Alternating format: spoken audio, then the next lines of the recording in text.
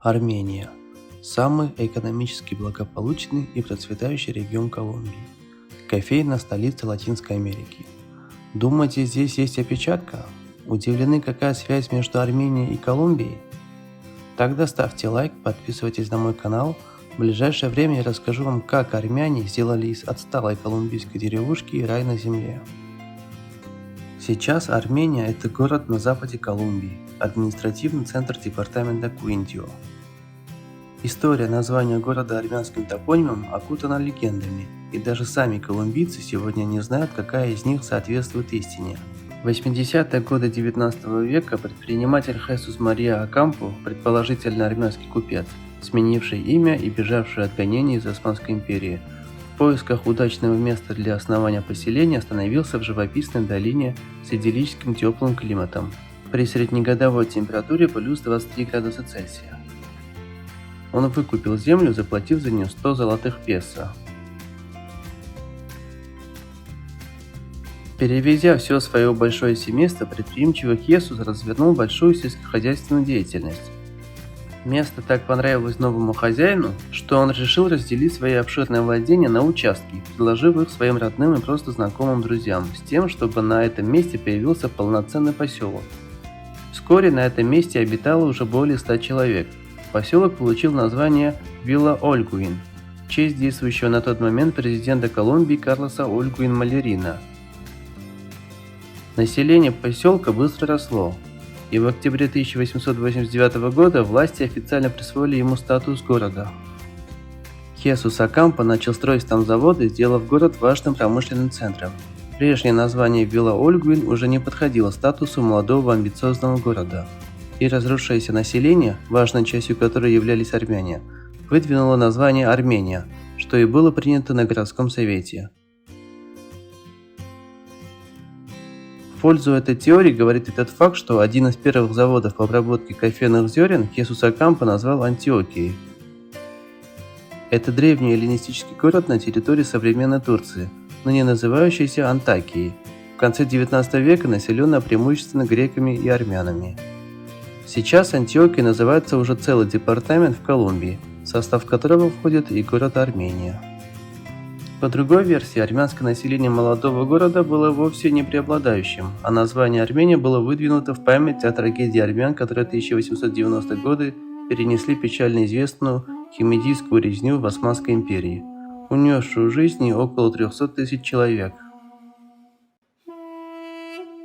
Есть еще версия, гласящая, что отцы-основатели Армении вовсе не являлись армянами, а просто были набожными христианами, свято чтящими Библию. Посему название для города они выбирали из священной книги и остановились на Армении, поскольку именно это государство первое в мире официально приняло христианство и по библейской легенде является пристанью Ноева ковчега. Еще одна версия гласит, что жители поселка и близлежащих поселений сами между собой неофициально все окрестности называли Арменией, поскольку именно так называлось самое богатое и успешное имение, которое принадлежало армянам. Впоследствии название прижилось, и так стали называть весь будущий город. Какая из версий соответствует конечной истине, доподлинно неизвестно. Однако очевидно, что армянское наследие повлияло на название Армении и его успешное развитие. К слову о развитии. Второе название города звучит как Ciudad de los Milagros – город чудес, полученное им за невероятно быстрый расцвет и стремительное развитие агропромышленного сектора.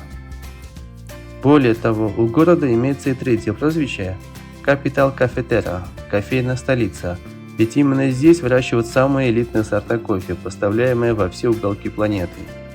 Сегодня Колумбия входит в топ-3 лидеров мировых производителей кофе. Страна ежегодно экспортирует во многие страны мира, в том числе Армению, Россию, США, Японию, более 600 тысяч кофейных бобов, большая часть которых выращивается в окрестностях города Армения. Основная торговля местной экономики по-прежнему основана на экспорте кофе и бананов, но помимо этого Армения является одним из самых популярных туристических центров Колумбии. Здесь много вилл, которые туристы могут арендовать, тематические парки, эко-отели, рестораны местной кухни.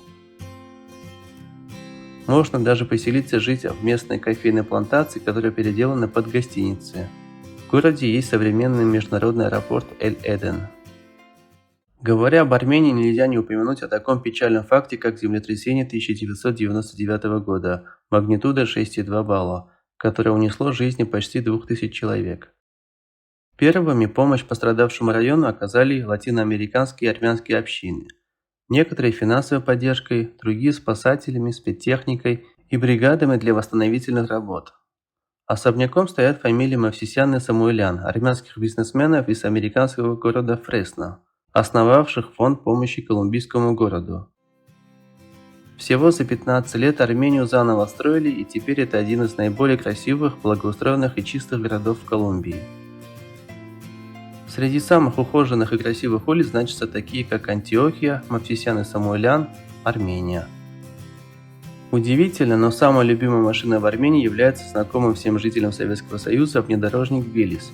Причина в том, что после Второй мировой войны, во время кофейного бума, почти все владельцы плантаций закупали именно этот автомобиль из-за ее отличной маневренности и проходимости, дешевизны и простоты в обслуживании. Со временем он стал таким же символом экономического процветания, как сам кофе. Конечно, сегодня на улицах Армении встречаются более современные автомобили, но каждое 27 июня на ежегодном фестивале кофе можно встретить колонну старых американских Виллисов, нагруженных кофейными мешками. В этот день кофе льется буквально рекой. Вы можете абсолютно бесплатно угоститься лучшими сортами кофе, которые не найдете за деньги даже у себя на родине. Также одним из излюбленных праздников местного населения является конкурс красоты Чаполерас, проводимый каждый год в октябре как дань уважения женщинам региона, представляющим гражданские, социальные, культурные и семейные ценности. Чаполера называли женщин, которые собирали кофе на плантациях, поэтому на конкурсе все участницы должны быть одеты в традиционную одежду для сбора кофе, которое было принято в конце 19 века. Гости Армении с удовольствием посещают национальный природный парк Лос-Невадос. Любители горных прогулок совершают восхождение на вершины, покрытые шапками вечных снегов. Не менее интересным является национальный кофейный парк. В парке на 12 гектаров расположено 60 видов кофейных кустарников из 73 известных во всем мире. В ходе увлекательных прогулок посетители открывают для себя неповторимый вкус популярного напитка, наблюдают за работой сотрудников, ухаживающих за кофейными кустами. Из кабинок действующего в парке фуникулера открываются отличные виды кофейных плантаций и уникальных пальмовых лесов долины. По парковой железной дороге можно совершить интереснейшую экскурсию в комфортабельном вагоне поезда. С недавних пор территория выращивания кофе превратилась в зону кофейного туризма, где местные фермеры успешно совмещают сельскохозяйственный бизнес с организацией экологического отдыха приезжих. Интересно, что по данным армянских турагентств, в последние годы все больше интерес к колумбийскому городу проявляют жители Республики Армения. Сегодня население города составляет около 300 тысяч человек. Сколько из них являются потомками армян, более века назад сюда переехавших, неизвестно. Забавно, что выдающийся колумбийский писатель Габриэль Гарсия Маркес в одном из интервью шутя сказал, что внешне похож на армянина. Об этом мне часто повторяют мои друзья из России. Возможно, во мне и впрямь течет армянская кровь. Ведь Колумбия – страна иммигрантов, среди которых было много армян. У нас даже есть город Армения. Если вам понравилось видео, тогда поставьте лайк и поделитесь им. Это поможет в продвижении ролика и его увидит как можно больше людей. А если хотите еще больше такого материала, тогда обязательно подпишитесь на канал и нажмите на колокольчик с оповещением, чтобы не пропустить новые выпуски. До новых встреч!